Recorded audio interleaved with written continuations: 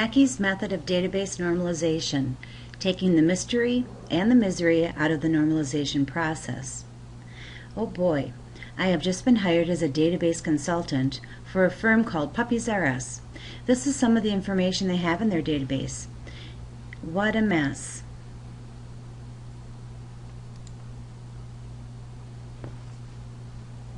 When you are hired as a database developer, this is what you might come up against. So often businesses create a database on their own with little or no knowledge about normalization and then hire a consultant when they run into problems. Puppies R Us hired me because they are going to create a lot more tricks, but currently they have no way to enter a trick without first teaching a puppy how to do it. This is because the tricks are dependent on the puppy number. This is called a transitive dependency. Also, Puppies R Us wants to delete Gregor because they sold him, but if they do, they will lose the trick sit. This is a delete anomaly. Remember, it all starts with a normalized database. If you don't have that, you have nothing. So, how do I go about my normalization process? Here we go. Step 1. You need to determine what information should be contained in the database. Ask the user what information that they want recorded in the database. Get out your paper and pencil and jot down their ideas. Here's the information Puppies R Us wants in their database. The puppy number, puppy name, kennel code, kennel name, kennel location, city and state, trick ID, trick name, and trick skill level. Step number 2. Place the information into different entities. An entity describes a person, place, or thing. Remember, each table should have information about one and only one entity. In the table that I showed you in the first slide, information about puppies, kennels, and locations was put into one table, and this is very bad. Continuing with step 2, here's how the Puppies R Us information can be split into different entities. An entity contains information about one and only one thing. This information is containing just puppy information. The kennel information will be stored here in this entity, and the trick information stored here. Step 3 is to put the entities into tables. Now we start thinking about Microsoft Access or perhaps SQL Server. In Microsoft Access, you might want to conform to the naming standards that we have discussed when choosing your table and field names. For instance, prefacing the table name with TBL easily identifies it as a table. In Table Puppy, we will have these fields: puppy name, puppy number; Table Kennel, the number, name, city and state; and the tricks, we will have the tricks and the trick name and the skill level. Step 4. Determine the primary key for each table.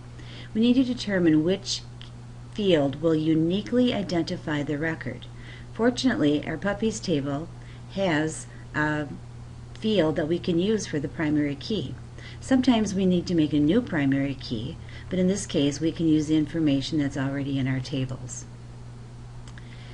Step 5. Determine the relationships between the tables. This is where you really need to think. How do we get the tables to relate to one another?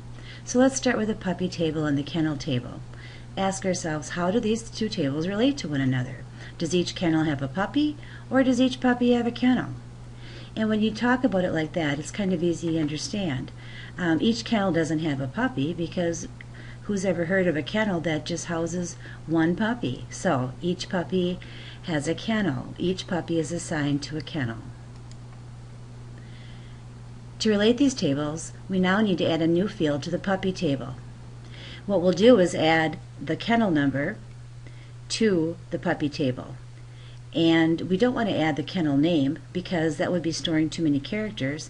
And also, we want to leave just one representation of the kennel number and kennel name in this table. So if we change the kennel name, we only have to change it one time, and then we can avoid an update anomaly. Now on to the tricks. How do the tricks relate in this database? Well, do they have anything to do with the kennels? No, they don't. They relate to the puppies. Each puppy can do none or one or many tricks. Marissa can do 2 tricks, Gregor can do 2 tricks, and Winston can do 2 tricks. We might have other puppies that can do no tricks. Some puppies might do 1 trick or 10 tricks. So would it be correct if we added the trick number to the puppy table? Let's look. If we put the trick number in the puppy table, it would look like this, and each puppy could do 1 trick. Well, that's not what we want.